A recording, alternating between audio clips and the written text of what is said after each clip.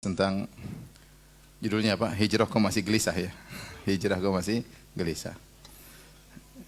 Antum banyak yang masih gelisah? Tidak ya, alhamdulillah ya. Alhamdulillah. Kita fenomena yang kita lihat ya di hadapan kita, sebagian saudara-saudara kita berhijrah ya. Dan ini suatu anugerah yang besar, Allah berikan hidayah. Kemudian setelah mereka berhijrah ternyata ada dua golongan, ada yang tetap istiqomah dalam hijrahnya dan ada yang gelisah dalam hijrahnya ya. Bahkan di antara mereka bukan cuma gelisah, bahkan akhirnya kembali lagi seperti dahulu kala. Ini kenyataan pahit yang terjadi. Maka pada kesempatan kali kita ingin menyampaikan ya ini saran dan nasihat agar kawan-kawan yang berhijrah bisa tetap istiqamah dan terus meniti jalan kebaikan yang telah Allah bukakan baginya. Betapa banyak orang yang berada di atas kemaksiatan dan terus bertambah kemaksiatannya sampai akhirnya bertemu dengan Allah dalam kondisi bermaksiat kepada Allah Subhanahu wa taala. Maka sebelum kita bahas akan hal tersebut, saya ingin menyampaikan beberapa keutamaan hijrah ya. Karena hijrah ini ya, sebagaimana disebut oleh para ulama ada dua model. Pertama al-hijrah al-makaniyah, kemudian yang kedua al-hijrah al-haliyah ya. Adapun al-hijrah al-makaniyah yaitu meninggalkan satu tempat ke tempat yang lain agar bisa beribadah kepada Allah Subhanahu wa taala. Ini yang dipraktikkan oleh para sahabat ketika mereka di zaman Nabi sallallahu alaihi wasallam. Rasulullah menyuruh mereka berhijrah sampai 3 kali. Pertama kali hijrah sekitar tahun 5 kenabian, para sahabat berhijrah ke Habasyah. Padahal Habasyah adalah negeri kafir ketika itu dan rajanya seorang Nasrani yang bernama Najasyi yang kemudian nanti masuk Islam. Tapi secara umum masyarakatnya Nasrani. Akan tapi lebih kondusif untuk bisa beribadah kepada Allah. Jadi mereka berhijrah karena untuk beribadah, untuk bisa mendekatkan diri kepada Allah Subhanahu wa taala. Di Mekah mereka disiksa, ditindas, dipaksa untuk kafir sehingga mereka akhirnya berhijrah. Kemudian sebagian mereka balik karena ada isu bahwasanya di Mekah sudah kondusif, ternyata isu tersebut tidak benar. Akhirnya mereka berhijrah kedua kali. Jadi hijrah 2 kali dari Mekah ke negeri Habasyah. Negeri kafir ke negeri kafir, tapi negeri kafir yang tidak kondusif ke negeri kafir yang kondusif. Baru setelah banyak suku Al-Aus dan suku Al-Khazraj masuk Islam di Madinah, sehingga al-makan muhayya, yaitu kondisi sudah dipersiapkan, sudah kondusif, baru kemudian Allah merintahkan Nabi dan para sahabat untuk berhijrah ke kota Madinah dari negeri kufur ke negeri Islam, ke Darul Islam. Maka berhijrahlah ya, berhijrahlah. Maka para sahabat berhijrah setelah Rasulullah ke Madinah. Demikian juga banyak sahabat yang berhijrah bukan cuma dari kota Madinah. Ada yang dari Ha'il, ada yang dari Yaman ya, dari Jazirah Arab mereka datang berkumpul untuk belajar dan beribadah di kota Madinah. Maka Madinah dikenal dengan Darul Hijrah, yaitu negeri tempat hijrah. Sampai akhirnya Rasulullah SAW menaklukkan kota Mekah pada tahun 8 Hijriyah. Ya, tahun 8 Hijriyah baru Rasulullah berkata, "La hijrata ba'dal fath." Tidak ada hijrah lagi setelah Fatu Makkah, karena Mekah setelah itu telah menjadi negeri Islam. Sehingga tidak perlu lagi hijrah dari Mekah, karena Mekah sendiri sudah tempat kondusif untuk beribadah kepada Allah. Yang selama ini ada 360 berhala di sekitar Ka'bah, Rasulullah tidak bisa hancurkan.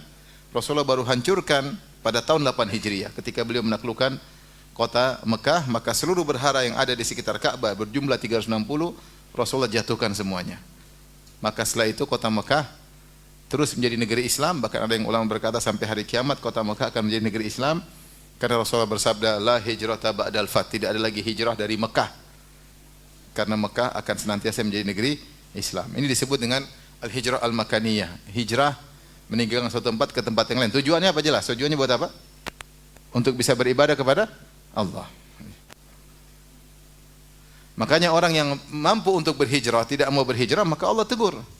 Innal ladzina tawaffahumul malaikatu zalimi anfusihim qalu fima kuntum Qalu kunna mustat'afina fil ard. Qalu alam takun ardullahi wasi'atan fatuhajiru fiha. Ada sebagian orang sahabat tidak bisa berhijrah dari Mekah ke Madinah bukan karena tidak mampu, tapi ada urusan duniawi sehingga mereka tidak berhijrah. Sampai akhirnya ketika perang Badar mereka dipaksa ikut. Akhirnya di antara mereka ada yang terbunuh. Sehingga akhirnya sahabat yang sudah berhijrah kasihan sama mereka. Maka Allah turunkan ayat menyatakan bahwasanya mereka salah.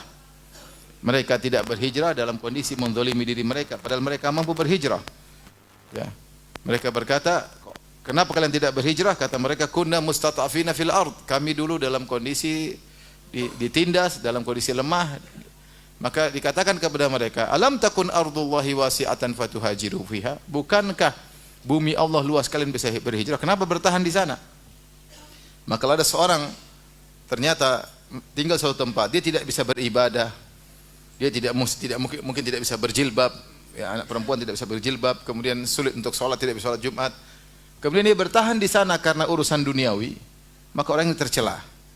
Kalau dia tidak bisa beribadah sama sekali atau sebagian ibadah wajib terhalangi, maka dia wajib untuk berpindah tempat. Sebagian sahabat tersebut dicela oleh Allah Subhanahu wa taala, ditegur oleh Allah Subhanahu wa taala. Karena tujuan kita diciptakan di atas muka bumi untuk beribadah. Wa ma khalaqtul jinna wal insa illa liya'budun. Tidaklah diciptakan jin dan manusia kecuali untuk beribadah.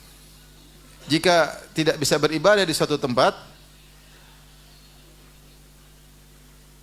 maka silakan pindah ke tempat yang lain untuk bisa beribadah kepada Allah Subhanahu wa taala. Dan itu yang terjadi di zaman Nabi sallallahu alaihi wasallam. Jadi hijrah pertama ke mana? Ke Habasyah, kedua ke Habasyah, ketiga ke mana? Ke kota Madinah. Nah, demikian juga itu bisa berlaku zaman sekarang. Kalau sebagian orang tinggal suatu tempat dia tidak bisa beribadah, ya, maka dia harus berpindah dari tempat tersebut. Atau ketika dia bertempat suatu kondisi yang membuat dia terus bermaksiat, meskipun sama-sama di negeri Islam. Misalnya di tanah air ini ada suatu lokasi itu tempat maksiat. Kalau dia di situ dia terjerumus dalam zina, dia main judi, dia minum khamar karena lingkungan yang luar biasa, maka wajib dia untuk berhijrah, meninggalkan lingkungan tersebut menuju lingkungan yang lebih baik agar dia bisa beribadah kepada Allah Subhanahu wa taala. Karena hidup kita ini harusnya semuanya untuk ibadah kepada Allah Subhanahu wa taala. Qul inna salati wa nusuki wa mahyaya wa mamati lillahi rabbil alamin. Katakanlah bahwasanya salatku, sembelihanku, hidupku dan matiku hanyalah untuk Allah Subhanahu wa taala. Wa ma khalaqtul jinna wal insa illa liya'budun. Tidaklah ciptakan jin dan manusia kecuali untuk beribadah kepada Allah Subhanahu wa taala. Ini namanya al-hijrah al-makaniyah. Tapi ada namanya al-hijrah al-ma'nawiyah atau hijrah kondisi, yaitu seorang berhijrah dari kondisinya yang suka bermaksiat kemudian menuju kepada kondisi bertobat kepada Allah Subhanahu wa taala. Ini yang Rasulullah SAW sebutkan, al-muslim man salimal muslimuna min lisanihi wa yadihi wal muhajir man hajara ma nahallahu anhu. Seorang muslim yang sejati yang sungguhnya adalah yang di mana kaum muslimin selamat dari gangguan lisannya dan tangannya, dan muhajir yang sesungguhnya adalah yang meninggalkan apa yang Allah larang. Apa yang meninggalkan Allah larang. Bahkan sebenarnya mengatakan jika seorang berhijrah dari Mekah ke Madinah, secara fisik dia berpindah dari satu tempat ke tempat yang kondusif, tapi ternyata di sana juga dia bermaksiat, maka itu bukan hijrah yang sesungguhnya. Karena disyariatkan hijrah itu agar kau meninggalkan maksiat dan beribadah kepada Allah. Tapi kalau kau hanya berpindah tempat, tetapi situasimu atau kondisimu tidak berubah, kau tetap bermaksiat tempat yang sana, maka itu bukan hijrah yang sungguhnya. Makanya sebagian ulama menafsirkan hadis ini, wal muhajir man hajara ma nahallahu anhu. Orang berhijrah sungguhnya adalah yang meninggalkan apa yang Allah larang. Kalaupun tubuhnya sudah berpindah kepada tempat yang kondusif, namun ternyata dia masih bermaksiat, maka dia bukan orang yang sedang berhijrah. Dan hadis ini juga dibawakan kepada makna yang kedua, yaitu al-hijrah al-ma'nawiyah. Dia tidak berpindah secara fisik, dia tetap di tempatnya, tapi dia berubah dari bermaksiat menjadi bertobat kepada Allah Subhanahu wa taala. Maka dari sini kita tahu bahwasanya hijrah adalah ibadah yang sangat mulia. Makanya dalam Al-Qur'an banyak sekali Allah sebutkan, innal ladzina amanu wal ladzina hajaru wa jahadu fi sabilillah ulaika yarjuna rahmatallah. Allahu ghafurur rahim. Sungguhnya orang yang beriman, berhijrah dan berjihad, mereka itu yang mengharapkan rahmat Allah Subhanahu wa taala. Ya, Allah banyak muji. walladzina hajaru walladzina hajaru. Dalam Al-Qur'an banyak Allah sebut ayat tentang hijrah, tentang hijrah. Kemudian dalam hadis juga Rasulullah SAW bercerita tentang keutamaan hijrah. Kata Nabi SAW ketika Amr bin As radhiyallahu taala anhu ingin membaiat Nabi SAW, maka Rasulullah SAW menjulurkan tangannya. Kemudian kata Amr bin As, walakin uridu an ashtarit. Ya Rasulullah, saya ingin baiat tapi saya punya persyaratan. Kata Nabi persyaratannya an yaghfirallahu li, agar Allah ampuni aku. Karena Amr bin As dulu penjahat besar sebelum masuk Islam. Dia delegasinya atau juru bicaranya Abu Jahal, ya. Dan ingin mencelakakan kaum muslimin ketika kaum muslimin sedang berada di Habasyah. Maka kemudian Rasulullah berkata, amma ta'lam ya Amr, tidakkah kau tahu annal Islam yahdimu ma kana qablahu, Islam menghancurkan dosa-dosa sebelumnya, wa anna taubata tajubbu ma kana qablaha, dan taubat menghapuskan dosa sebelumnya, wa annal hijrata, dan hijrah tahdimu ma kana qablaha, hijrah menghancurkan dosa-dosa sebelumnya, wa annal hajja yahdimu ma kana qablahu, dan haji menghapuskan dosa-dosa sebelumnya.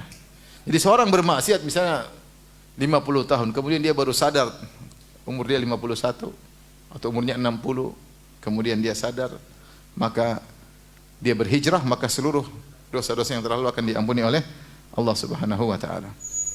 Makanya Rasulullah SAW berkata tentang ibadah di masa fitnah, kata Nabi sallallahu alaihi wasallam, al-ibadatu fil harji kahijratin ilayya, kahijratin ilayya.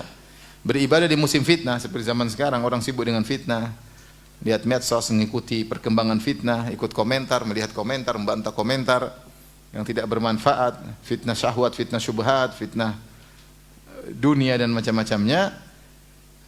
Ternyata ada sekelompok orang di tengah lautan fitnah, dia sibuk beribadah, sibuk menuntut ilmu, sibuk salat malam, sibuk mengajari anak istri. Ya. Maka kata Nabi, kahijratin ilayya, seperti pahalanya seperti berhijrah kepadaku. Kenapa? Rasulullah iming-iming dengan hijrah kepadaku karena hijrah pahalanya besar. Dan orang yang beribadah di masa fitnah ini jarang, sedikit. Maka Rasulullah kasih motivasi. Maka Rasulullah SAW kasih motivasi. Ya. Jadi ikhwan, sungguhnya keutamaan hijrah sangat banyak ya. Dan kita tahu orang berhijrah biasanya orang sudah bertaubat. Dan orang yang bertaubat tentu sangat dicintai oleh Allah. Allah berfirman, innallaha yuhibbut tawwabin. Sesungguhnya Allah mencintai orang-orang yang bertaubat. Ya. Semakin sering bertaubat, semakin dicintai oleh Allah Subhanahu wa taala. Dan dalam hadis kata Rasulullah SAW, "Allahu asyaddu farahan bi taubati 'abdihi yatubu ilaihi min ahadikum kana ala rahilatihi bi ardi falatin fanfalatat minhu."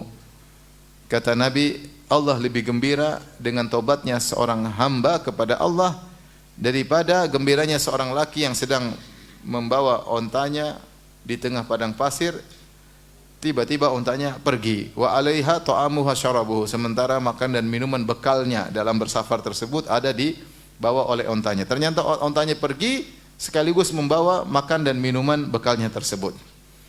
Maka dia pun setelah ontanya pergi, maka dia putus asa. Ya, fattaja'a tahta dhilli syajarah qad ayisa min rahilatihi. Maka dia pun segera berbaring di bawah sebuah pohon dan dia sudah putus asa dari ontanya tersebut. Ontanya tersebut tidak akan kembali, maka dia pun menanti kematian, kepanasan, kekeringan, ya, dehidrasi, mulai kepanasan, mulai lemah tubuhnya. Dia menunggu kematian datang secara bertahap. Fa bainama huwa kadzalik, tatkala dia merasa dirinya bakalan mati, dia sudah putus asa. Idh huwa biha qa'imah, tiba-tiba ontanya datang lagi. Wa 'alaiha ta'amuhu wa syarabuhu, dan bekalnya masih ada ya. Tadi ontanya ternyata main-main aja, dia balik lagi. Fa akhadha bi khitamiha, maka dia segera bangkit, dia pegang tali kakang ontanya jangan sampai ucul lagi. Kemudian dia berkata, Allahumma ya anta abdi wa ana rabbuk. Sungguh ya Allah, saking dia bersyukur, saking senangnya dia bilang, ya Allah, sungguh engkau adalah hambaku dan aku benar-benar Tuhanmu. Akhta'a min syiddatil farah, kata Nabi, dia salah ngomong saking gembiranya. Ini kondisi gembira yang sangat luar biasa yang dirasakan oleh seorang. Dia merasa akan binasa dan dia sudah merasakan kematian tersebut datang secara bertahap. Tiba-tiba kehidupan datang kembali, maka dia saking gembiranya. Sampai dia salah ngomong, dia bilang, ya Allah benar engkau adalah hambaku, aku benar-benar Tuhanmu. Padahal dia maksudnya ngomong, sungguh engkau adalah Tuhanku, aku adalah apa? Hambamu. Kata Nabi, lallahu asyaddu farahan, Allah lebih gembira daripada gembiranya orang ini. Jadi maksudnya kalau ada orang hijrah itu orang, Tuhan kita senang. Kita ini yang ciptakan siapa? Allah Subhanahu wa taala. Tuhan ciptakan kita, Tuhan ingin kita istiqamah, kemudian kita nakal kesana kemari, membangkang, terus kita kembali, tentu Allah senang dengan ciptaannya yang kembali sadar. Ya. Sebagaimana Nabi SAW bersabda dalam hadisnya, "Lallahu arhamu bi ibadihi min hadhi bi waladiha." Allah lebih sayang kepada hambanya daripada seorang ibu kepada anaknya. Saya rasa kalau kita orang tua, anak kita nakal, kita mungkin jengkel, mungkin kita jewer, mungkin kita usir, mungkin kita bentak, mungkin kita pukul, namanya anak. Kemudian dia pergi kabur. Tahu-tahu dia kembali minta maaf, nangis. Kira-kira kita bahagia enggak? Sangat bahagia. Kenapa? Karena kita sangat sayang kepada dia. Dan Allah lebih sayang kepada hambanya daripada seorang ibu kepada anaknya. Saya sering sampaikan hal ini. Kenapa bisa demikian? Karena yang ciptakan kita ini adalah Allah. Kita hanya numpang mampir di perut ibu kita. Benar kita secara fisik dari air mani ayah dan dari sel ovum ibu. Tapi yang mengkreat kita, alladzi khalaqaka fasawwaka fa'adalak, yang telah menciptakan engkau, menyempurnakan penciptaanmu dan menjadikan engkau seimbang dalam ciptaanmu. Ya. Fi ayyi suratin ma syaa rakabak, yang menentukan bentukmu Allah Subhanahu wa taala. Yang berikan engkau kehidupan, meniupkan ruh kepadamu, memberikan rezeki kepadamu, Allah semuanya. Saya kasih gambar, wallahil matsul a'la. Kalau kita dulu masih kecil, kita punya mainan, kita bikin mobil-mobilan dari kulit jeruk. Kita senang kan dengan ciptaan kita? Perbuatan kita, kreasi kita, senang enggak? Senang kita bikin, kita gunting, sayang-sayang meskipun begitu. Nah, kita ini bukan kreasi ayah ibu kita ini hasil kreasi sang kreator. Dia siapa? Allah Subhanahu wa taala. Maka ketika kembali kepada Allah, maka Allah senang. Allah gembira karena Allah sayang kepada hambanya yang kembali. Makanya innallaha yuhibbut tawwabin. Sungguhnya Allah mencintai orang-orang yang bertobat. Semakin sering bertobat, semakin dicintai oleh Allah Subhanahu wa taala. Makanya Rasulullah berkata, tuba liman wajada fi sahifatihi istighfaran katsira. Sungguh beruntung seorang yang di hari kiamat kelak membuka catatan amal, dilihat banyak sekali istighfar, banyak sekali istighfar. Nah, ini meninggalkan maksiat dan bertobat dilakukan oleh seorang yang sedang berhijrah. Hijrah secara maknawi, dan ini yang dilakukan oleh banyak saudara kita. Tadinya praktisi riba, kemudian bertobat. Tadinya pemusik, akhirnya bertobat. Tadinya main film, artis terbuka auratnya, kemudian bertobat. Tadinya mungkin tukang joget-joget, kemudian bertobat ya. Tadinya tukang bid'ah nipu orang, akhirnya bertobat. Tadinya suka ngajak orang berbuat kesyirikan, akhirnya bertobat ya. Banyak hal. Dan banyak orang akhirnya hijrah. Ketika dia berhijrah, ketahuilah dia sedang menempuh jalan yang sangat dicintai oleh Allah Subhanahu wa taala. Akan tapi saya sudah katakan di awal pengajian tadi, kenyataan menunjukkan orang yang berhijrah ada dua model. Ada yang istiqamah, bahkan semakin serius dan Masya Allah. Ada yang hijrah tapi biasa-biasa saja. Ada yang semangat terus terjungkal. Semangat terus apa? Terjungkal. Ada yang hijrah gelisah, rasanya ingin kembali lagi. Ini kisah nyata. Saya ke satu kota, kemudian saya ngobrol sama seorang. Orang ini berhijrah, dia meninggalkan riba, instansi ribawi. Kemudian setelah itu dia berusaha jualan, sales dan macam-macam. Akhirnya dia mengalami kesulitan. Orang bertobat biasanya diuji oleh Allah Subhanahu wa taala. Jangan kita Adam alaihissalam bertobat, tobatnya diterima enggak? Adam alaihissalam bertobat kepada Allah, diterima enggak? Diterima. Kata Allah Subhanahu wa taala, fataba alaih. Allah terima tobatnya. Tapi Allah turunkan di bumi. Ya enggak? Harus ada ujian yang dia hadapi. Tidak terima tobatnya kembali lagi ke surga, enggak, Allah ada ujian untuk mengangkat derajatnya. Dengan Adam turun ke bumi semakin tinggi apa? Derajatnya, diberi ujian-ujian, tapi dia dicoba oleh Allah, diuji. Padahal tobatnya diterima. Ya. Kata Allah, fatalaqa Adamu min rabbih kalimatin fataba alaih. Adam ketika mau bertobat dia bingung apa yang harus dia ucapkan. Pertama kali maksiat. Seumur hidup dia belum pernah maksiat, baru pertama kali. Terus yang pertama kali goda langsung iblis, bukan kroco-kroco, langsung apa? Iblis turun tangan. Ketika dia tobat dia bingung ngomong apa, maka Allah ajarkan. Qala rabbana zalamna anfusana wa illam taghfir lana wa tarhamna lanakunanna minal khasirin. Maka fatalaqa Adamu min rabbi kalimatin. Adam terima, Allah ngajarkan cara bertobat, maka dia ucapkan doa tersebut. Rabbana zalamna anfusana wa illam taghfir lana wa tarhamna lanakunanna minal khasirin. Ya Rabb kami, sungguhnya kami telah menzalimi diri kami. Kalau kau tidak merahmati kami dan kau tidak mengampuni kami, sungguh kami termasuk orang yang merugi. Kata Allah, fatalaqa Adamu min rabbi kalimatin fataba alaih. Allah pun ampuni Adam, tapi tetap turun ke bumi, mengalami berbagai cobaan dan penderitaan. Ya. Nah, ada orang ceritanya, dia cerita sama saya, pengalaman spiritual. Jadi dia keluar dari instansi ribawi dengan tekad luar biasa, habis ngaji, tahu bahwasanya riba adalah dosa besar. Ya, orang yang riba berarti siap diperangi oleh Allah dan Rasulnya, maka dia pun bertobat. Mulai dia berdagang, lama-lama duitnya habis, lama-lama semakin sulit hidupnya. Ketika itu dia digoncang. Ketika digoncang, lagi sulit-sulitnya, tahu-tahu bosnya yang dulu tawarin lagi, kamu nggak kembali aja, nanti gajinya saya naikkan, jabatan saya naikkan, karena dia prestasinya bagus. Ketika itu ada tawaran dalam kondisi susah, dia goyang. Dia goyang. Dia bilang sama istrinya, gimana Mi ini? Padahal tahu haram. Kata istrinya, coba tanya Ustadz, siapa tahu darurat.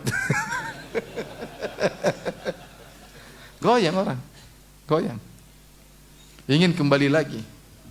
Akhirnya datanglah dia, benar-benar dia tanya, siapa tahu ada solusi, siapa tahu boleh dalam kondisi seperti ini. Sudah sulit. Tanya sama Ustadz. Akhirnya Ustaz tanya, coba sebutkan hadis tentang bahaya riba. Di antara disebutkan hadis, sungguhnya siapa yang riba seperti menzinai ibu sendiri. Kata Ustaz, coba ulangi. Siapa yang mendatangi riba seperti menzinai ibu sendiri. Kau enggak ngerti hadis itu, hadisnya itu kau zinai makmu sendiri, tahu enggak?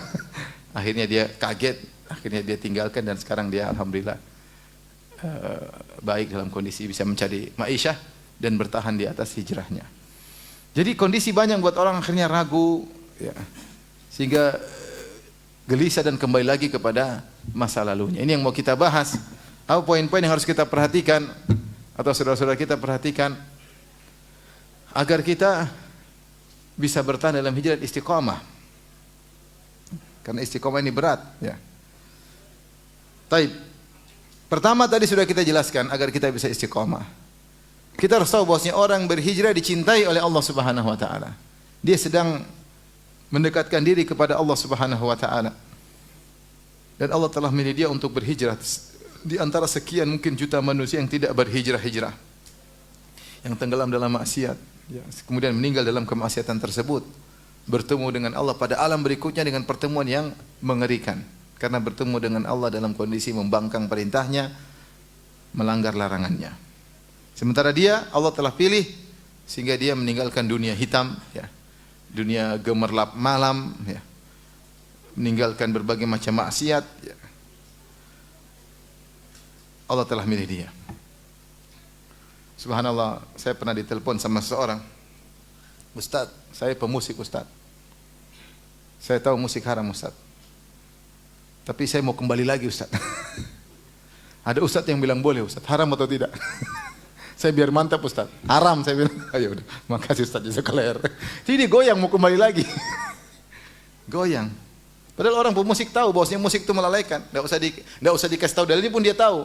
Coba setelah dia bermusik kemudian tidak bermusik, dia ngerti tidak bermusik itu nyaman, tentram. Musik itu melalaikan, dia tahu, enggak perlu pakai dalil.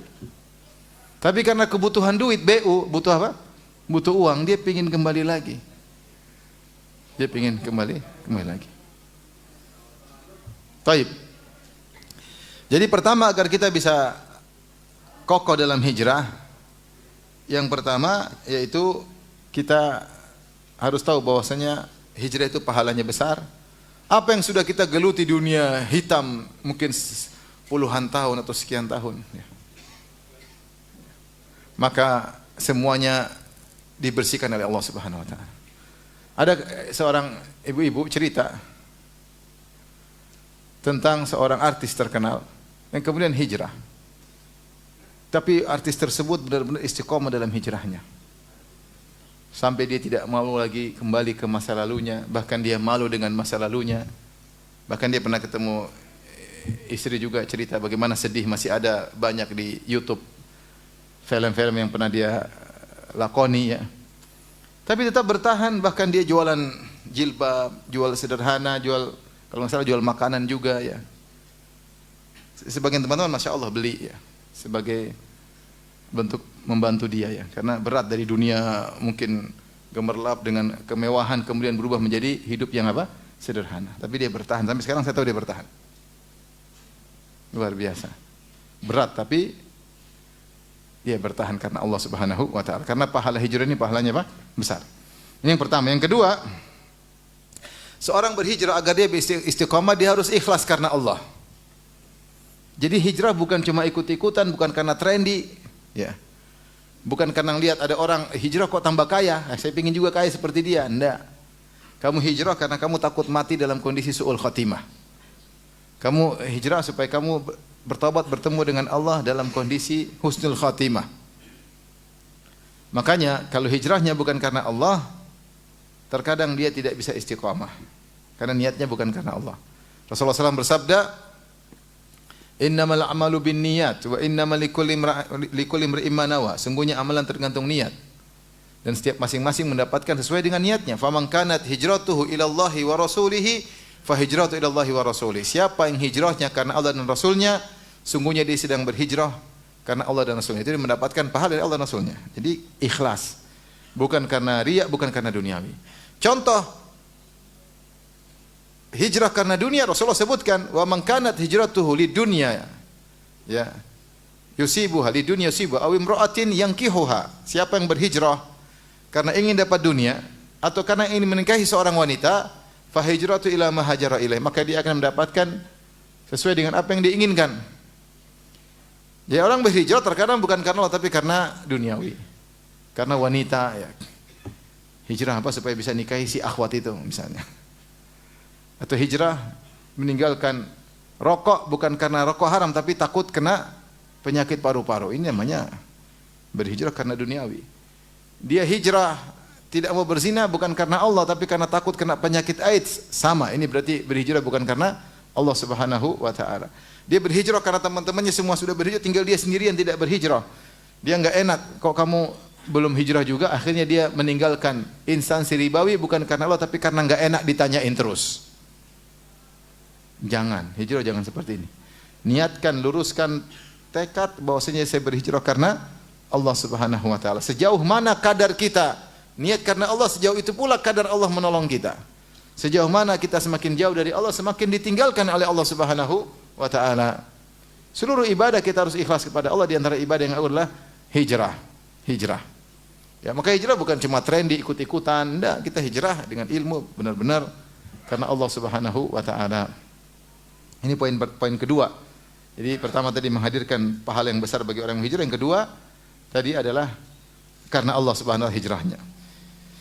Kemudian yang ketiga, ketika berhijrah, ini poin sangat penting. Tahukah hijrah? Berarti kita baru bertobat. Kalau kita bertobat, setan senantiasa mengintai. Karena dia baru berhijrah, biasa saja dikembalikan oleh setan. Setan berusaha agar kita tidak bisa move on. Caranya bagaimana? Ingatkan masa lalu, dibayangkan lagi kelezatan maksiat zaman dahulu, sehingga timbul keranduan dia untuk bermaksiat lagi. Setan mengintai. Maka kalau ingin hijrah yang benar, agar tidak gelisah, agar bisa istiqomah, totalitas. Move on, tinggalkan semua perkara yang bisa membuat dia kembali lagi ke masa lalu. Dia harus totalitas, bukan setengah-setengah. Bukan setengah-setengah. Oleh karenanya ketika Rasulullah SAW menyebutkan tentang kisah seorang qatilul al-mi'ah, seorang pembunuh 100 nyawa. Ketika orang ini sudah bunuh 99 nyawa. Tiba-tiba dia ingin hijrah, ingin bertobat. Maka dia bertanya, fasa'ala an a'lami ahlil ard. Siapa orang yang paling berilmu di negeri dia? Maka ditunjukkanlah kepada seorang yang ahli ibadah tapi tidak punya ilmu. Maka dia bertanya, wahai fulan, sungguhnya aku telah membunuh 99 nyawa. Apakah mungkin Allah menerima tobatku? Orang ahli ibadah ini dia bahlul ya. Maka dia berfatwa dengan perasaan. Mana mungkin Allah terima tobatmu? Akhirnya dipenggal lagi, jadilah 100. Orang ini temperamentalnya tinggi, sumbu pendek, cepat emosi. Ada orang tanya fatwanya nggak enak, selesai. Haram atau halal nih? Haram, halal.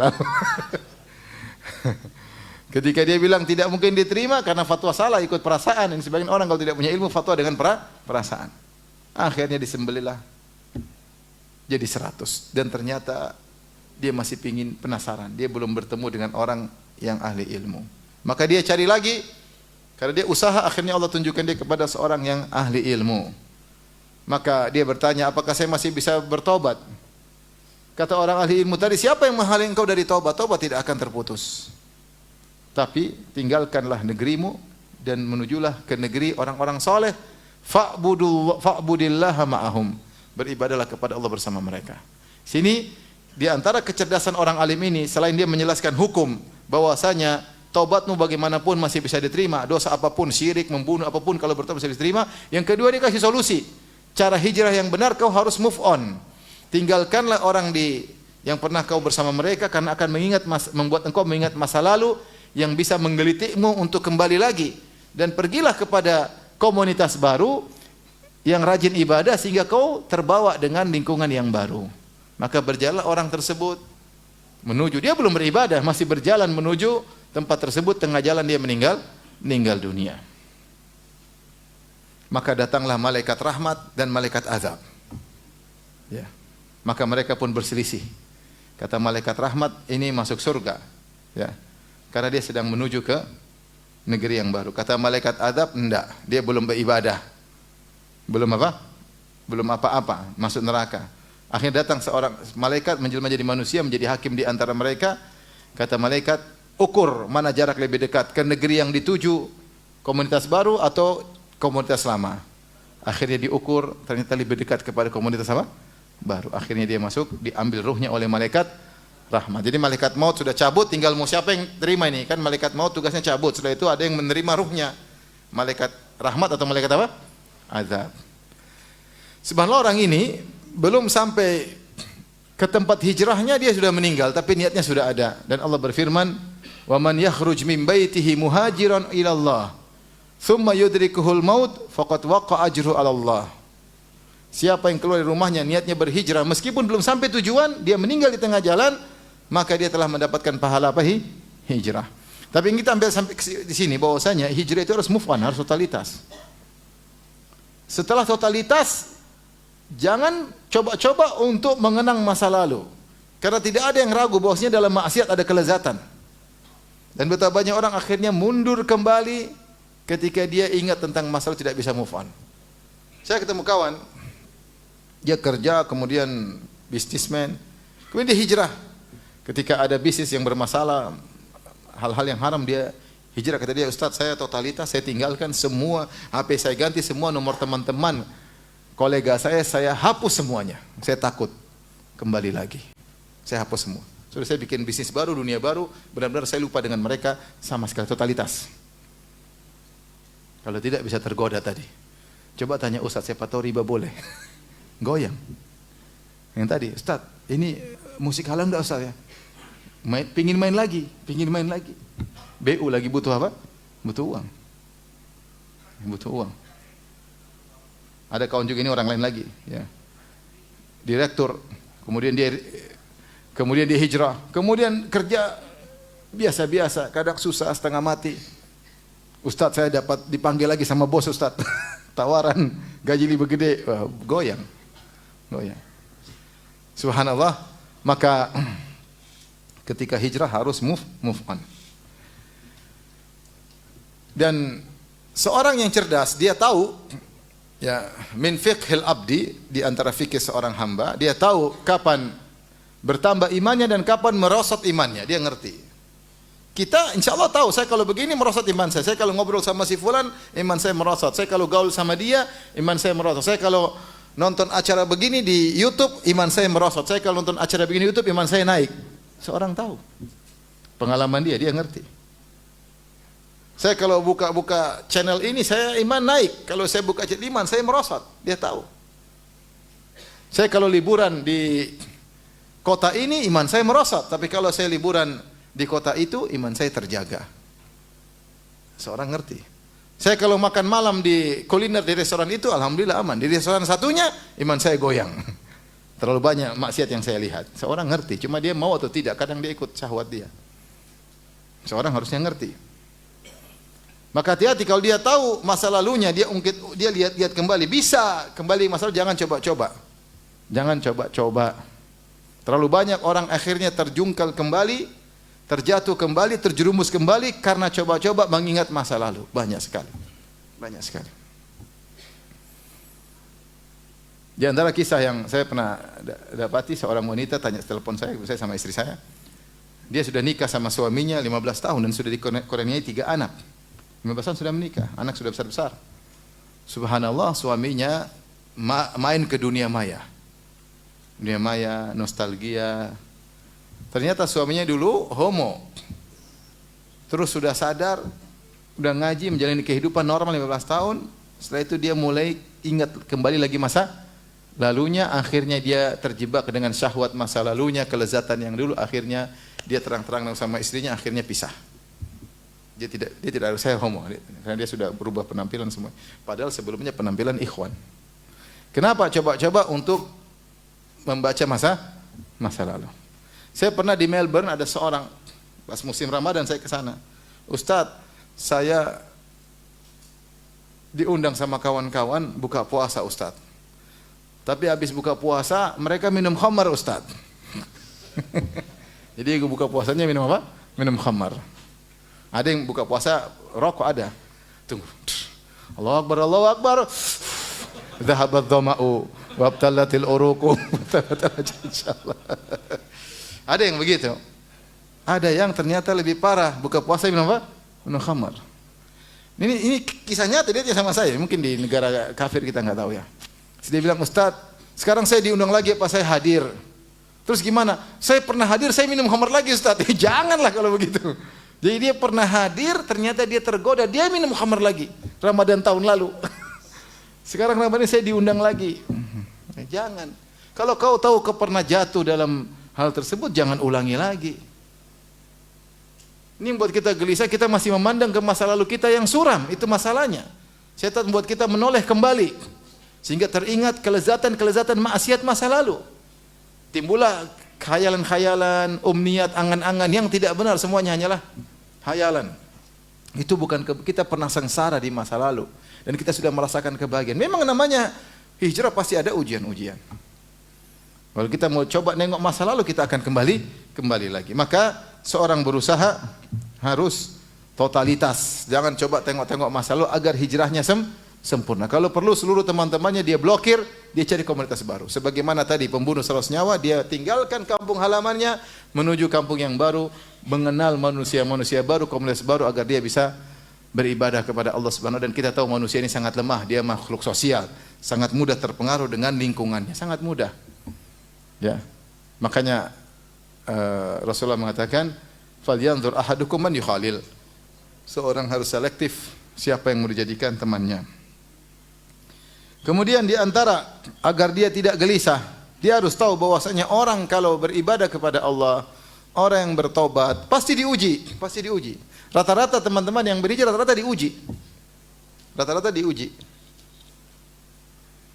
Ada mungkin berhijrah kemudian sukses, ada juga ya, tapi rata-rata diuji. Kesulitan hidup, kesulitan ekonomi, dimusuhi oleh keluarganya, dimusuhi oleh kakak adiknya. Maka dia harus tahu bahwasanya hijrah itu diuji. Para sahabat diuji. Rasulullah diuji. Mau hijrah aja setengah mati. Sampai tiba ke Madinah diserang, diperang, diuji, ujian berat konsekuensi dari berhijrah. Sebagian sahabat mau berhijrah, mau hijrah, hartamu tinggalkan semua. Ambil tuh harta, pergi berhijrah. Lihatlah Abdurrahman bin Auf, saudagar kaya raya, pergi hijrah, duit langsung habis ludes. jadi miskin mendadak. Dia balik syirik? Enggak, sabar. Lihatlah Abu Salamah dan Ummu Salamah serta anak mereka Salamah ketika hendak berhijrah. Mau berhijrah dipisahkan. Abu Salamah suruh hijrah, kemudian Salamah ditarik anaknya sampai lepas tangannya. Ummu Salamah tidak boleh berhijrah sama kerabatnya. Kerabatnya semuanya musyrik, akhirnya ditahan. Sampai dia setiap hari menangis sampai setahun penuh atau hampir setahun, baru kemudian diizinkan untuk berhijrah. Sabar. Hijrah pasti ada ujiannya. Karena Anda sedang menempuh suatu ibadah yang sangat mulia, maka ujian pasti berat, dan makanya kita harus bertekad berdoa kepada Allah agar istiqamah. Ini sangat penting. Sudah berhijrah, ya Allah kuatkanlah hatiku, kuatkanlah imanku. Berdoa minta kepada Allah Subhanahu wa taala agar kokoh setelah berhijrah, tidak goyang-goyang lagi. Dan saya katakan tadi, Nabi Adam alaihissalam bertobat, diampuni oleh Allah tidak? Diampuni. Tetapi dia tetap diberi ujian, tetap diberi ujian. Kita pikir di antara hikmah, saya kadang-kadang lihat benar ada teman berhijrah, dia dulu hancur kacau semua. Setelah dia berhijrah, Allah berikan dia musibah terus. Tapi saya bilang saya husnuzan. Tapi dia sabar. Ini untuk mungkin menghapus masa lalunya. Dulu terlalu parah dulu. Terlalu parah. Allah kasih musibah. Tapi dia sabar. Sabar, tetap beribadah, tetap ngaji. Ya, hidup sudah susah, tapi dia bersabar. Bisa jadi dalam rangka untuk menghapuskan masa lalu yang penuh dengan kezaliman, bisa jadi. Ada orang masa lalu zalim sama orang. Zalim sama orang, ngambil harta orang, nipu orang. Orang di alam hitam luar biasa ya, dalam kegelapan luar biasa. Ketika dia berhijrah, Allah punya cara yang terbaik buat dia. Ya. Maka dia harus memposisikan dirinya siap menghadapi apa? Ujian, siap menghadapi ujian. Kemudian sebagaimana Nabi dan para sahabat diuji. Kemudian di antara yang harus dia yakini agar dia kokoh ketika berhijrah, Rasulullah bersabda dalam satu hadis yang maknanya, "Man taraka syai'an lillah, awadahullahu khairan minhu." Siapa yang meninggalkan suatu karena Allah, maka Allah akan ganti dengan lebih baik. Siapa yang meninggalkan suatu karena Allah, maka Allah akan gantikan dengan lebih baik. Dan contohnya dalam Al-Quran banyak, dalam hadis juga banyak. Meninggalkan suatu karena Allah Subhanahu wa taala. Di antara disebutkan Nabi Sulaiman alaihissalam. Nabi Sulaiman ketika ud'irada alaihi fil ashiyyi safinatul jiyad ya. Ketika Nabi Sulaiman di sore hari diperlihatkan kuda-kuda yang kuat berlari ya. Akhirnya dia asyik nonton pameran kuda, dia tidak sempat, ada yang mengatakan tidak sempat salat asar, ada yang mengatakan tidak sempat zikir petang. Hatta tawarat bil hijab, sampai matahari tenggelam. Dia kaget, ya Allah, matahari tenggelam, tidak sempat zikir petang atau tidak sempat salat asar sebagaimana pendapat ulama. Dia tahu dia salah karena lalai, karena keasyikan nonton kuda yang lari cepat. Safinatul jiyad, kuda yang indah. Apalagi kuda tersebut kalau sudah, kuda kakinya berapa? 4 atau 3? Nah, kuda kakinya berapa? Kuda Semarang kakinya berapa? 4. Tapi kuda tersebut kalau sudah angkat satu kaki, dia lagi gaya, keren banget. Kuda itu kalau lagi angkat kaki satu, keren. Kalau kita angkat kaki satu, lucu ya. Tapi kalau kuda, dia lagi berdiri, satu kakinya diangkat, dia lipat, keren banget.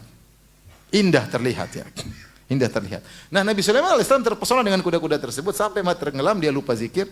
Dia mengatakan, rudduha alayya, kembalikan kuda-kuda tersebut. Fatafiqa massan bisuqi wal a'naq, maka dia sembelih kuda-kuda tersebut. Kuda-kuda tersebut membuat dia lalai untuk ingat Allah Subhanahu wa taala ya. Ya. Allah ganti apa? Maka Allah memberikan dia angin. Ganti dengan yang lebih apa? Baik. Angin, terbang kemana-mana, tidak perlu naik kuda, lembut, lebih enak daripada pesawat. Kalau pesawat harus boarding. Kalau angin tinggal duduk manis, pasukannya angin terbang dengan lembut, di atasnya ada burung-burung yang menutupi, kemudian berjalan kemana yang dia kehendaki. Allah ganti bagi Nabi Sulaiman alaihissalam. Nabi Sulaiman alaihissalam. Allah gantikan dengan lebih baik. Ya.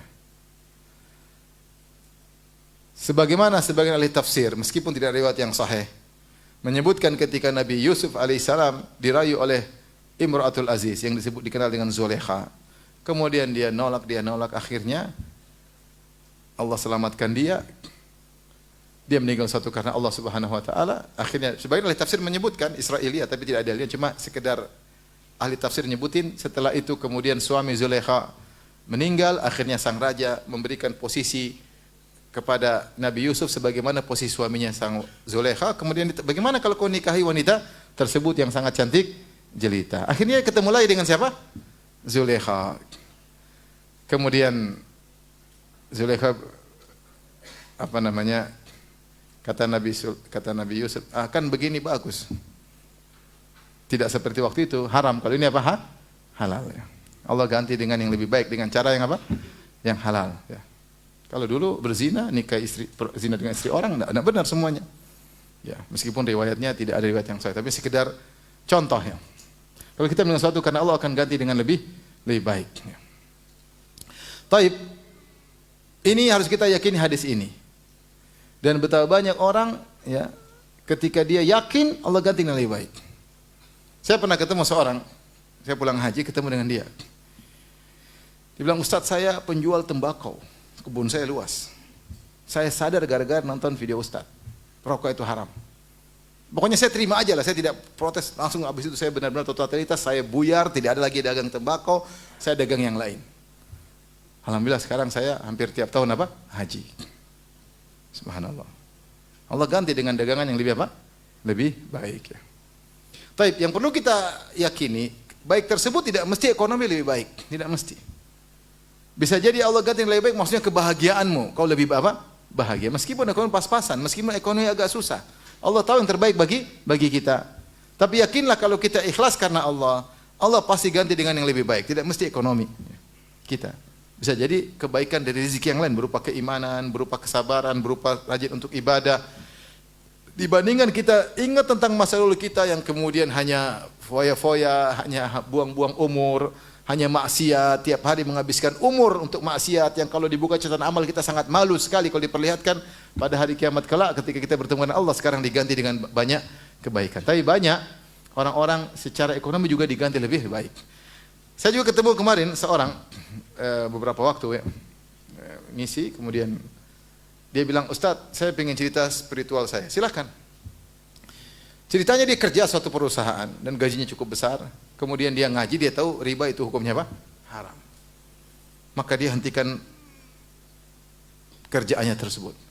Ketika dia berhenti dari kerjaan, Allah kasih dia sakit. Dia sakit. Sampai dia sakit, dia tidak bisa beraktivitas. Saya lupa sakitnya apa. Dia susah sampai dia cuma bisa baca Quran. Dia cuma bisa baca Quran. Selain itu dia nggak bisa. Ketika dia baca Quran, dia bertemu dengan ayat-ayat yang memberikan dia semangat untuk keimanan. Akhirnya dia pun sembuh dan dia tetap bertekad tidak mau riba. Dia bilang sama istrinya, barang yang kita punya kita jual. Kita jualan aja, dagang. Kalau kita nggak berhasil, kita pulang kampung. Sudah nggak usah di Jakarta, pulang kampung. Pokoknya kita totalitas. Dagang, gagal, dagang lagi gagal. Kemudian tabungan semakin habis. Subhanallah, di akhir dia sukses. Belum sampai dia bilang saya baru sadar, dia belum ada 2 tahun. Sekarang udah punya rumah gede, rumah besar, mobil Alphard, Masya Allah. Belum sampai 2 tahun. Ya tidak semua orang hijrah seperti itu. Halo Ustaz, saya dulu jual, sekarang saya jual donat Ustaz, nah apa-apa. Yang penting Allah akan ganti dengan lebih baik. Kalau tidak diganti dunia, diganti di mana? Di akhirat. Tapi pasti kau akan merasakan ketenangan daripada maksiat. Kemudian orang yang berhijrah, yang perlu, ada hal-hal yang perlu diperhatikan ya. Di antaranya, hendaknya dia belajar. Hijrah itu perlu belajar. Makanya ketika Rasulullah SAW ditanya tentang Ma'danil Arab, yaitu mana kabilah Arab yang terbaik, maka Rasulullah SAW berkata, khiyarukum fil jahiliyah, khiyarukum fil islami idza faquhu. Kata Nabi SAW, sebaik-baik kalian ketika jahiliyah. Jahiliyah kalian dulu sebelum datang Islam, di antara kalian ada yang baik, ada yang kurang baik. Ada yang kabilahnya hebat, ada yang jagoan, ada yang dermawan, tapi kalian tidak ada yang kenal Islam. Nah, ketika Islam datang, kalian pun yang terbaik di zaman jahiliyah akan menjadi juga terbaik ketika Islam, dengan syarat idza faquhu, kalau faqih, kalau belajar. Maka hijrah itu ya orang berusaha untuk belajar, jangan hijrah-hijrah doang, belajar yang serius. Ya, belajar yang serius, belajar yang benar. Jangan cuma hijrah, cuma senang-senang, cuma pingin dekat ustaz, tapi dia tidak belajar. Ya. Akhirnya hijrah tapi ria, pamer, janganlah, jangan.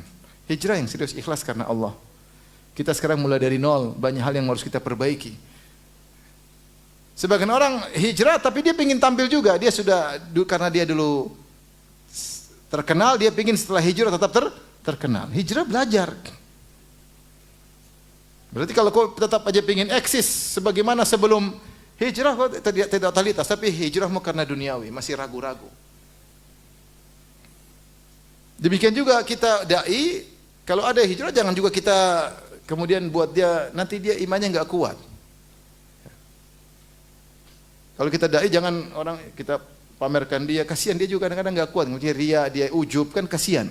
Kita suruh belajar. Enggak usah dia harus selalu tampil, memang sebelum hijrah suka tampil, setelah hijrah pun kita tampilkan. Kasihan dia. Dia baru mau belajar, kita sudah suruh tampil, nanti dia kalaupun dia punya ilmu, kadang-kadang dia ria, ujub dan macam-macam. Kasihan. Kita ingin ajar dia, kamu hijrah karena Allah, belajar yang benar. Tapi kita perhatikan. Tapi tidak usah kita tampilkan sehingga dia sendiri tidak kuat menahan hal tersebut. Maka kalau hijrah, kata Nabi, idza faquhu, harus belajar yang benar. Serius belajar agama, menata kembali wawasan tentang agama sedikit demi sedikit. Bukan sudah hijrah kemudian senang-senang. Yang berikutnya, kalau sudah hijrah, jangan menampilkan juga masa lalu yang buruk. Kita kan kalau punya masa lalu yang buruk, kita sembunyikan, tidak boleh. Rasulullah larang. Tidak, kecuali ada maslahatnya. Maslahatnya untuk motivasi orang enggak apa-apa. Seperti Salman Al-Farisi radhiyallahu anhu, ketika dia masuk Islam, dia cerita tentang masa lalunya, bagaimana dia mencari kebenaran. Ya, seperti mungkin ada sebagian kawan yang mungkin dulu pernah menjadi pemusik terkenal, kemudian dia ceritakan bagaimana rusaknya dia ketika musik, supaya orang mengambil pelajaran, karena yang berbicara bukan orang yang tidak ahli. Saya dulu ahli musik dan saya bicara tentang pengalaman hidup saya, maka orang biar tahu mengambil pelajaran. Ini nggak ada maslahatnya. Tapi kalau nggak ada maslahatnya ngapain ya? Bahkan bangga dengan, oh saya dulu tipu-tipu orang banyak, ngapain dibanggakan? Atau masih punya tato, masih kelihatan tatonya, ngapain kau hijrah kau masih lihat apa? Tato dibuka gambar cewek, banci kamu. Maksudnya ngapain pamer tato lagi? Udah kamu berhijrah serius. Bukan untuk pamer-pamer, kau dulu bajingan, ngapain? Sebisa mungkin kau sembunyikan. Ya. Hijrahnya masih ada kandungan ria-ria, pengen pamer-pamer. Jangan, orang seperti ini mudah tunggal, mudah jatuh. Ya. Makanya kita dai harus ngerti akan hal ini, jangan kita spekulasi dengan mereka orang seperti ini ya. Karena banyak orang yang kemudian terjungkal kembali. Maka jangan pernah pamer-pamer masa lalu kita yang buruk ya. Kalau kita cerita ada hal yang bermaslahat, maka kita cerita. Kalau tidak, ya, maka jangan pernah kita pamer masa lalu kita yang buruk. Nanti kita bisa kembali kepada masa lalu. Kemudian ketika berhijrah ya,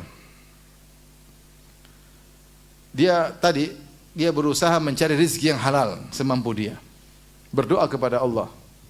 Mungkin setelah dia tadi hijrah dari rezeki yang haram, ya, maka dia menangis minta kepada Allah salat malam, insya Allah akan kasih solusi. Karena Allah berfirman, "Yattaqillaha yaj'al lahu makhraja." Siapa yang bertakwa kepada Allah, Allah pasti kasih apa? Solusi. Wa yarzuquhu min haitsu la yahtasib. Dan Allah akan beri dia rezeki dari arah yang tidak dia sangka-sangka. Itu pasti. Tinggal kita takwa atau tidak.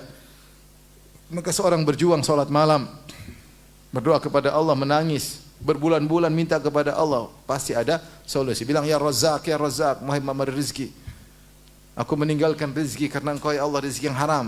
Gantilah dengan rezeki yang halal. Minta kepada Allah Subhanahu dengan penuh keyakinan. Mudah bagi Allah untuk memberi rezeki siapa saja. Maka minta kepada Allah. Suatu saat insya Allah dan pasti Allah akan bukakan rezeki buat seorang yang demikian. Tiap malam dia bangun, dia ketuk pintu. Tiap malam dia ketuk pintu. Tiap malam dia ketuk pintu. Sepertiga malam terakhir orang semua sedang tidur, dia bangun merengek-rengek ketuk pintu Allah. Suatu saat pintunya akan dibuka. Cepat atau atau lambat. Ya, cepat atau lambat. Ya. Taib, perbanyak ibadah ya, perbanyak ibadah karena Allah sudah menjamin siapa yang beriman dan beramal soleh pasti tidak gelisah. Kata Allah Subhanahu wa taala, "Man amila salihan min dzakarin aw untha wa huwa mu'min, falanuhyiyannahu hayatan thayyibah." Siapa yang beramal soleh laki atau wanita dan dia beriman, maka akan kami berikan dia kehidupan yang bahagia. Dia pasti bahagia jika dia benar imannya. Jika benar takwanya, jika dia beramal soleh. Orang hijrah mulai dia menata dirinya beramal soleh. Karena sudah lama bertahun-tahun dia dalam kegelapan. Maka ini kesempatan bagi dia untuk perbaiki diri. Ya. Jangan hijrah kemudian masih senang-senang. Oke lah mungkin, tapi ada tahapan. Ada orang hijrah tapi senangnya masih jalan-jalan terus, foya-foya terus ustadznya juga memfasilitasi. Kapan dia totalitas begini? Masih suka happy-happy, masih suka dilihat orang, jadi perhatian orang. Ngapain seperti itu? Ya boleh, tapi kita ngarahin, jangan gini terus. Jadi pingin hijrah tapi pingin kesenangannya tetap legal, maksudnya jangan begitu. Kita yang dai kita arahkan, jangan kita malah melegalkan kesenangannya ya. Akhirnya malah dainya yang diajari untuk bisa senang-senang sama dia. Ini repot, jangan. Kita punya amanah di hadapan Allah mengimbing orang untuk menjadi lebih baik. Ya mungkin secara bertahap benar, tapi jangan terus bertahan pada hal tersebut, harus naik pangkat. Lebih dekat kepada Allah, lebih meninggalkan perkara yang sia-sia, lebih zuhud kepada dunia. Bukan kemudian ngajarin, oh kamu hijrah, oh mobil mewah nggak ada masalah, silakan beli mobil baru. Jangan ngajarin foya-foya. Ini orang baru hijrah ya, kita pelan-pelan mulai kita ajar dia untuk semakin zuhud. Bukan malah kita terbawa hingga hijrah dia tidak pernah totalitas. Tanggung hijrahnya. Wallahu alam bisawab, ini saja yang saya sampaikan. Semoga kawan-kawan kalau sudah berhijrah diberi istiqomah oleh Allah Subhanahu wa taala. Kapan gelisah baca Quran? Baca Quran, berdoa kepada Allah, insyaallah gelisah itu hilang. Jangan gelisah nonton film Korea, tambah gelisah ya. Gelisah baca Quran, zikir, berdoa, insyaallah gelisah itu hilang. Baca doa, Allahumma inni ibnu amatik, nasiyati biyadik, madin fiyya hukmuk, adlun fiyya qada'uk, as'aluka bi kulli ismin huwa lak sammaita bihi nafsak aw anzalta fi kitabik aw 'allamta ahadan min khalqik aw ista'tharta bihi fi 'ilmil ghaibi indak anta jal qur'ana rabi'a qalbi wa nura sadri wa jala'a huzni wa dhahaba ghammi. Baca doa tersebut. Ya Allah, aku adalah hamba-Mu, ciptaan Engkau ya Allah, dan aku adalah putra dari hamba-Mu. Ayahku juga ciptaan-Mu. Aku adalah putra dari hamba perempuan-Mu. Ibuku juga ciptaan-Mu. Ubun-ubunku di tangan-Mu. Kau yang mengatur kebahagiaanku, Kau yang mengatur rizkiku. Madin fiyya hukmuk, segala keputusan pasti berlaku kepadaku. Adlun fiyya qada'uk, segala yang aku jalani pasti keadilan darimu. Kau tidak mendolimi siapapun. Maka aku mohon kepada Engkau dengan bertawasul dengan seluruh nama-Namu yang terindah yang Kau turunkan ke dalam Al-Quran, atau Kau ajarkan kepada salah seorang dari hamba-Mu, malaikat atau nabi Kau ajarkan, atau Kau sembunyikan dalam ilmu gaib-Mu. Aku bertawasul dengan nama-Namu yang indah semuanya tersebut agar Kau menjadikan Al-Quran adalah penyejuk hatiku, cahaya bagi dadaku, penghilang kegelisahanku dan penghilang kesedihanku. InsyaAllah hilang. Jangan kemudian lagi gelisah, telepon kawan-kawan lama, ayo. Nah ini tambah gelisah. Jadi kalau hijrah totalitas. Memang tidak bisa langsung, tapi bertahap. Bertahap. Tidak juga langsung kenceng, terjungkal. Pelan-pelan, semuanya pelan-pelan. Wallahu ta'ala alam bisawab. Demikian saja. Kalau ada yang bertanya saya persilahkan, kalau tidak ada alhamdulillah.